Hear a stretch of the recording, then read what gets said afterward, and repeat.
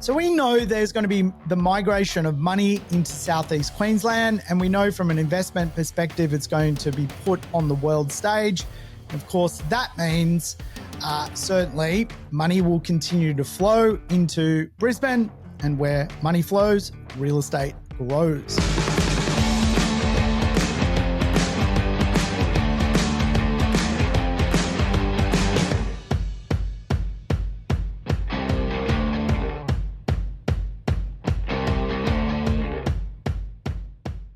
Welcome to the Urban Property Investor. I'm your host, Sam Saggers, here to help you crack the code of real estate wealth. Today's show, code cracking stuff. We're going to dig in how and where to invest.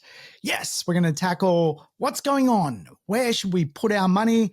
We're going to learn about one concept in real estate, which I've always thought is one of the best, the migration of money. Where should we migrate our money to? How do we know what makes the right migration of money strategy? Today's show is all about that. And yes, now it's time for my shameless plug around my book, The Australian Property Game. Yes, have you read The Australian Property Game? If not, you should. It's the playbook when it comes to being a property investor in the Australian property market. There is so much to learn in here.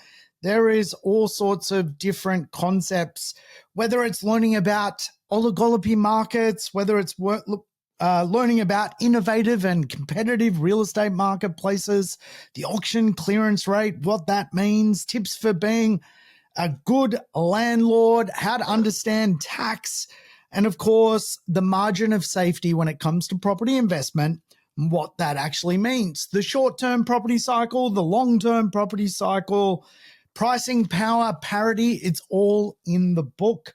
How do you get the book? I'm glad you asked. You simply go to Amazon and you buy it. You buy it off Jeff Bezos. Yes, he is not rich enough. So you give him $22 and you get a book the very next day, arrive at your house, sometimes the same day. It's amazing. He really does have an amazing business. The book is printed on demand, so you just go to Amazon. It originally started as a bookstore, and my book's there, The Australian Property Game by Sam Saggers. Anyway, that's it for my shameless plug. I think maybe that will be the last time I try and plug the book. I don't know. I've done 4 plugs in a row now, and I've probably sold 4 books. So maybe that's the ticket. Every week I can sell a book and get paid $1 from Jeff Bezos. That's my wealth creation strategy. But hey, we're not here to hear me grovel and whinge. Let's talk about real estate. Let's talk about investing. Let's talk about the migration of money. I think it's a good, worthy conversation. How and where to invest. So first, I think we need to discuss the concept of the migration of money. The migration of money is simply that Australia is not one property market. It's multiple property marketplaces. And within those multiples, there's even more property markets.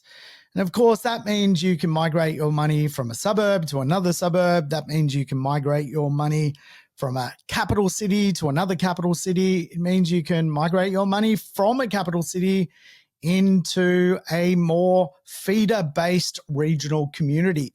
Money is always looking for a home, and in real estate, it is no different. Really, the idea of where money flows, you often have the concept real estate grows. And really, that's led off a principle in real estate known as following aggregate demand. Now, there's all sorts of ways to follow aggregate demand. Quite often, where there are finance approvals, you can often follow a high level of finance approvals into places whereby aggregate demand wants to shop. But ultimately, the migration of money is pretty simple. As I kind of alluded to, Australia is made up of multiple marketplaces and multiple states and territories, and they all have different rules and they all have different tax systems. Ultimately, inside of our state government systems is land tax. And of course, land tax, a little nasty tax that if you end up building a creative, beautiful property portfolio inside of one state, you may end up in a position where as that real estate grows over time and it becomes more valuable and the land goes up, that you're slugged with penalties for designing a portfolio like that. So we've kind of always taught, like, throw your money in different diversified places, particularly from a state level, so you don't end up in a place where you are responsible for paying large amounts of land tax. And of course, what that could look like, just to visualize it in your mind, is a property in Sydney, a property in Newcastle, a property in Brisbane, a property in Melbourne, a property in Adelaide, property in Perth, and you've diversified outside of just one state. You've got multiple states working for you. And of course, the migration of money not only helps you minimize land tax, generally in Australia, property markets move at different speeds. Sydney might be stuck doing nothing, and all of a sudden Brisbane's doing something. Brisbane may be stuck doing nothing, and then Perth's doing something. And of course, Perth might have the most fastest rate of growth going on inside it, and eventually that stops and somewhere else begins. Really, that is the concept, that if we can follow from a portfolio creation point of view, a next cycle, we can get with it a price lift arbitrage. Now, obviously, there are cycles which are doing very well at the moment and marketplaces which are doing very, very well, but you have to question whether you're too late to the market cycle, and or do you really want your retirement in real estate designed around that marketplace despite it going up in value? And this is where you need to decide whether you're going to do something for the short or long term. And there's nothing wrong with going to a market, watching it go up in value, migrating money into that market and getting in and out in a short period of time. Obviously, when you do that, you have to have the mindset that you've got big holding costs on the way in, or big purchasing costs like stamp duty and legal fees and so forth. And you've got big sales costs on the way out, things like, real estate agent fees, capital gains tax, and so forth. So being a bit of a property trader can work, but you really need the market to well and truly push above a 30 to 40% capital growth rate in a very, very short period of time. And of course, no one has a crystal ball. So, for a lot of people, that strategy is, it's not, you can't foresee it to be the right strategy. Hence why a lot of property experts would never suggest to become a trader in a volatile marketplace, because of the risk adjustment against the what if something else unfolds and you get lumbered and stuck to a property market you don't want to be in. And I've certainly seen people get the lashes on the back for that one. You could go back to the famous Moranbah, a marketplace which was surging in value in Queensland. And then all of a sudden, everyone thought they were genius at buying in that marketplace, and the market direction changed. The fundamentals of the market fell away, and all of a sudden, everyone was caught in a marketplace which plummeted in value, and they'd paid way too much for the real estate, hoping the market would continue to do its thing. So it's very important to migrate your money to the right places. And as I alluded to, the migration of money is, it's a pretty simple formula. Like, we work out what's popular and we go there and we put our money in that marketplace. Now, that may also mean selling up in a property market which isn't a popular marketplace. Perhaps you've owned a property for 10, 15 years. It's done its thing. It's gained in value.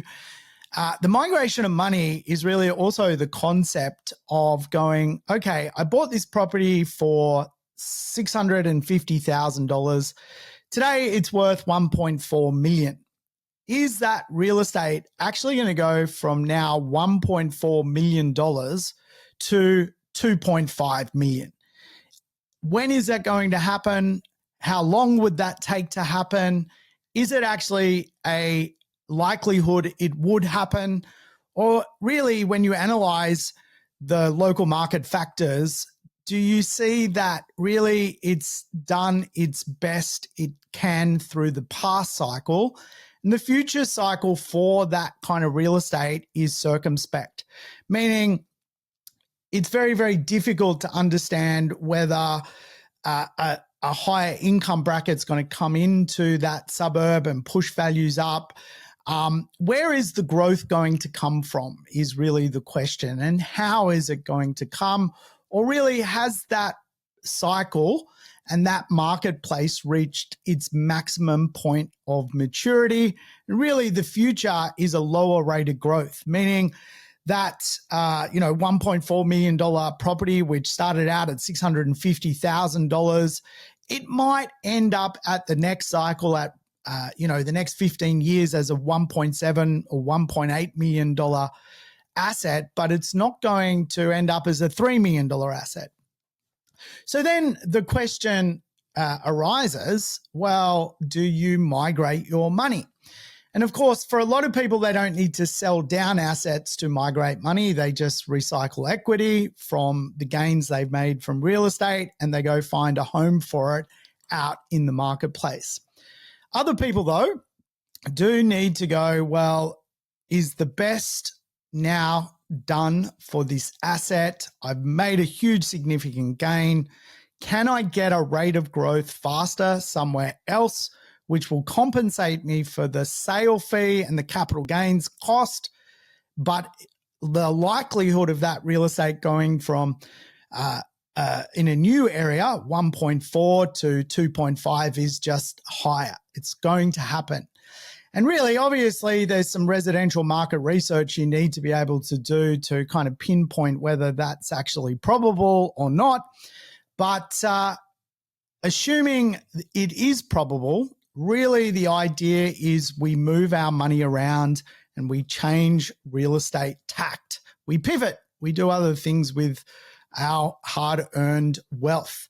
And of course, you can change asset type. You can migrate your money from an apartment to a house. You can migrate your money from a house to a luxury home. And really, the ultimate place to end up is a piece of real estate which has no ceiling. So you don't need to ever migrate out of that real estate. And really, there are some pockets in Australia where real estate is so valuable that it really has no ceiling. I was at a National Australia Bank event the other night, and I was looking at the tier one luxury end of the real estate market. I do some work in the tier one luxury end of Australian real estate, mainly in sort of the project space. But what was interesting in Sydney in 2025, there's been 177 sales, over $10 million. And if we were to look at a property where really there is no ceiling, I wanted to sort of mention it because I thought it was pretty outstanding. 96 Victoria Road, Bellevue Hill, Sydney, sold in June 2021 for $30 million. Just resold late last year in November for $42 million.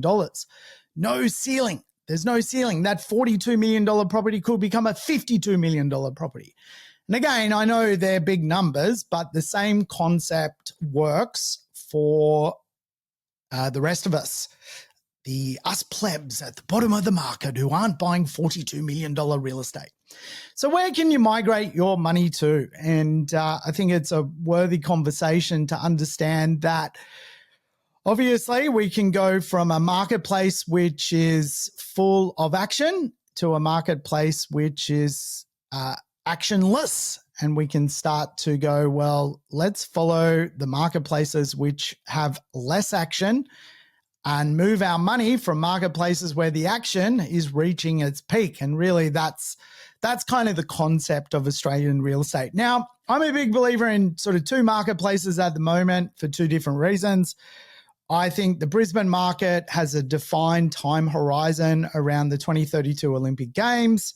We know that there will be money migrating into the Southeast Queensland economy. We can use evidence based from other Olympic cities to track what happens as you get closer and closer to the games and what happens primarily to the real estate marketplace. Obviously, when you're building an Olympic city, quite often some of the challenges is the builders inside an Olympic city have to down tools on residential buildings of properties and build and renovate a city. We do believe that will be the case for Southeast Queensland, for Brisbane. New stadiums, new transport nodes, upgrades to just about everything. Think about just some of the crummy hotels in Brisbane where they're overdue a renovation. All of a sudden, all the builders will be working on those type of jobs rather than knocking up houses. So we know there's going to be the migration of money into Southeast Queensland, and we know from an investment perspective it's going to be put on the world stage. And of course, that means certainly money will continue to flow into Brisbane, and where money flows, real estate grows. The polar opposite for Melbourne, but Melbourne has the unique advantage today of being a very affordable marketplace when compared to its peers, Perth, Adelaide, Brisbane, and Sydney. And of course, when you're doing the quintessential migration of money, you're going, okay, well, I've just made a lot of money in Adelaide. Do I really think this property I bought in Adelaide for 600,000 that's worth 1.2 is going to be worth 2 million in the next 10 years? Well, no, I don't. I don't think that anymore. I'm from Adelaide, and I know everything about Adelaide. And I'm not personally from Adelaide, but I'm method acting that I'm the Adelaide owner. So then you go, well, where's good value? And you migrate your money, create some equity out of the property you own, perhaps. You migrate it into another marketplace. So here's some pretty cool statistics about the Australian money markets, the real estate markets, and the migration concept of money. If we were to look at REA Group Residential, Australian Bureau of Statistics source around effectively who's shopping where, the change in number of loan commitments, not including refinances, we can see 23% of investors are buying in New South Wales, only 10% in Victoria. We can see 26% in Queensland, 22% in South Australia, and 36% of investors are buying in Perth today in Western Australia. And we can see from that data that investors don't believe in Melbourne, and you're not getting price growth in Melbourne right now, which is interesting because we can see that that's going to cause a price delta where all of a sudden Melbourne looks like very good value, very good value. Conversely, because everyone's in Western Australia buying, it's going to push the market up in value. But if we go to a buyer sentiment survey done by REA Group, we can see if you asked people today, is it a good time to buy in Perth? 19% of people believe it's a good time to buy in Perth. 53% believe it's a terrible time to buy in Perth. Conversely, if you follow this sentiment survey, and sentiment's a big driver of the migration of money, in Victoria, in Melbourne, is it a good time to buy? 40% of the market believes it's a good time to buy in Melbourne. 23% believe it's a bad time to buy. And then if we went to Queensland, good and bad, good 31% and bad 36%. New South Wales, good 34%, bad 25%. South Australia, basically good 34%, bad 35%. But what really interests me is the migration of money from Western Australia to Victoria. Now, you can go back to the previous cycle whereby Perth skyrocketed in value. It really was a long time ago. It was back between sort of 2003 up until around 2007. And what happened was the market went up, doubled in value. I was an investor in the market, as was many other people. What we did, we migrated money out of, at that time, a roaring Sydney market off the back of the Olympic Games. We took it over to Western Australia and we got massive, massive growth. And then we recycled equity. And where did we go? Back in 2007, we went to Melbourne because Melbourne at the time was full of value. And really, sometimes these things repeat themselves because it does seem to me that all of a sudden, if you did the price delta between Perth and Melbourne, it's a lot more value in Melbourne than there is in Perth, though right now there's a lot more demand in Perth than there is in Melbourne. So owners that believe it's a good time to sell. If we went to Perth, 56% of sellers say it's great. I'm going to sell. I'm going to capitalize on my money. I'm going to get out. And you can see it right there from the data. If you go to Melbourne, is it a good time to sell? No, it's not. 14% believe it's a good time to sell. So terrible time to sell your investment in Melbourne. Great time to sell in Perth. And what would happen? Well, you've made money in Perth. You go to where the weakest market is at a capital city perspective, which is Melbourne. So you take your good money from Perth and you take it into Melbourne. And really, that is the migration of money. That's what happens from an economic point of view. And it's interesting, very interesting. I heard Dr. Andrew Wilson talk about this with his rolling daily index on the My Housing property market. And he was saying he'd seen the first couple of months of Melbourne going up in value. And so I cross-referenced that against an SA4 prop track report on, basically Melbourne. And interesting enough, over the last quarter, not the last year, the last 3 months, the Melbourne inner ring of Melbourne has done 5.9% capital growth. Now, annualized over a year, that's basically 1%. But the point is we're seeing some signs that the migration of money is lighting up that marketplace. And recently, the Herald Sun just came out with a report or an article, and it's the classic clickbait nonsense, but it said Melbourne's property market is on like Donkey Kong, $250 a day. Herald Sun, $250 a day. So the market now is moving. Are we seeing the first signs of the early adopters migrating their money out of other places into Melbourne? It would appear from the data that that could be the case. Now, again, when you think about real estate, you've got to think about the most important factor is the rate of growth.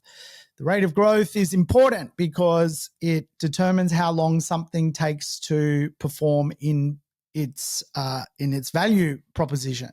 A high rate of growth, 7%, a property could double in 10 years. A low rate of growth, 3%, a property would take 22 plus years to double. So this is where the migration of money really helps the rate of growth. Now, if we migrate our money into the right territory, being the right city, the right state, then we've got to go to the right place. And that is a really important factor to get the optimum return on real estate. And really, I call this the golden arc of real estate. This is the migration factors that are truly important when it comes to where you put your money at a localized level. Local factors will determine the rate of growth. The golden arc of migration is once you get to a place, now it could be Perth, it could be Brisbane, it could be Sydney, it could be Melbourne. Once you get there, the golden arc of really where the big money migrates into. And if you can find the right real estate at the right price, you're going to win. The first one is green suburbs, leafy suburbs. Basically, they perform really, really, really well. These are your quintessential green belt neighborhoods. They absolutely will get money flowing into them. The next one is the blue space neighborhoods, areas connected to the water, whether it's the suburb right on the beach or one back from the beach. They are going to get a lot of migration. Why? Because of lifestyle. Remember, as real estate markets go up, people also create equity in their own home. They can buy and sell in the same city. Their house all of a sudden is worth more, so they go looking for a better house. And where are the better houses? Well, they're all in the lifestyle precincts. And this is why I call it the golden arc of real estate. And of course, an arc is that kind of concept, Noah's Ark. You get in it and you're bulletproof. So green suburbs, tree change, however you want to phrase it, they are bulletproof. Blue suburbs. I was at Tier 1 Luxury Talk by NAB last night. Brand new real estate on Manly Beach is now $77,000 a meter. A meter. That's crazy. Manly Beach is a lifestyle mecca. And again, more money is flowing into it because it's such a good place. It pushes the values up exponentially.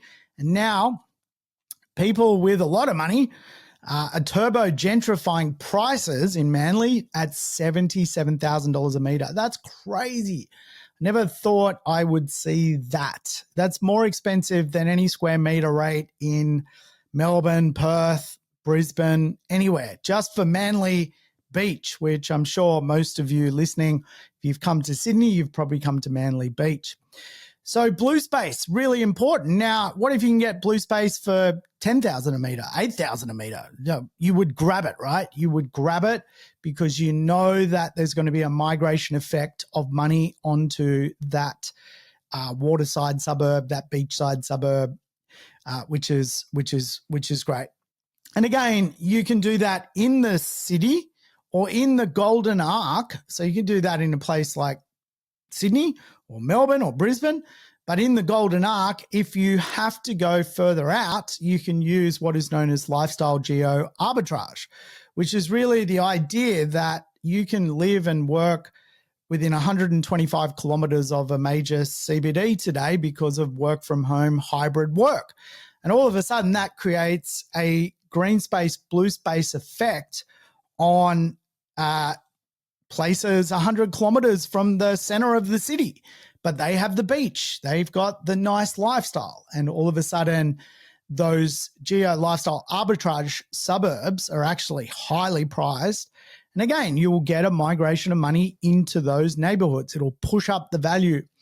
And of course, where we demographically see a migration of money and a lot of money is millennial suburbs, new housing suburbs where 3 and 4 bedroom homes are positioned. Some of them are out as suburbs, but they're going to get a lot of pressure from money. And, you know, in 2026, we've got $100,000 places set aside for first home buyers who are millennials that want 3 and 4 bedroom houses to get a 5% deposit guaranteed by the federal government. So we know the millennial suburbs are going to do very well, where the newer 3 and 4 bedroom properties are, which is great. And really what's always worked well in Australian real estate is those quintessential inner city, middle suburban, inner urban village settings. Like if you live in a village that's 10 Ks from the city, 5 Ks from the city, there's always a good migration effect of money to those places because today people value that walkability concept that they can live a life on foot. And I think you will get more money flowing to those type of pockets. So for me, that's the golden arc of real estate at a localized level. And then, of course, at a more data-centric level of what's going on when it comes to both price delta and sentiment, it's really interesting to see that you will probably see money now migrate from other states which have done very well through the COVID era to Victoria and obviously, namely Melbourne. So I think the best is yet to come for that Melbourne marketplace, which is going to be very exciting for people that own real estate there and have stuck it out for the last couple of years. But equally, there's some value in that market, and now you're starting to see the signs of money coming to that market. You layer that with the golden arc, and you do very, very well using the migration of money strategy. All right, folks, that's it from me. Take care. Talk soon. Thanks for tuning in to the Urban Property Investor. If you enjoyed the episode, make sure to subscribe on your favorite podcast platform or YouTube so you never miss an episode. I'd love for you to rate the show and share it with your family and friends. Let's spread the word about property investing. Stay connected between episodes on Facebook, Instagram, and LinkedIn. And check out the rest of our podcast network at positivementor.com.au. And if you're serious about growing your property portfolio, don't miss our complimentary Property Investor Nights. Register now via the link in the show notes. See you next time.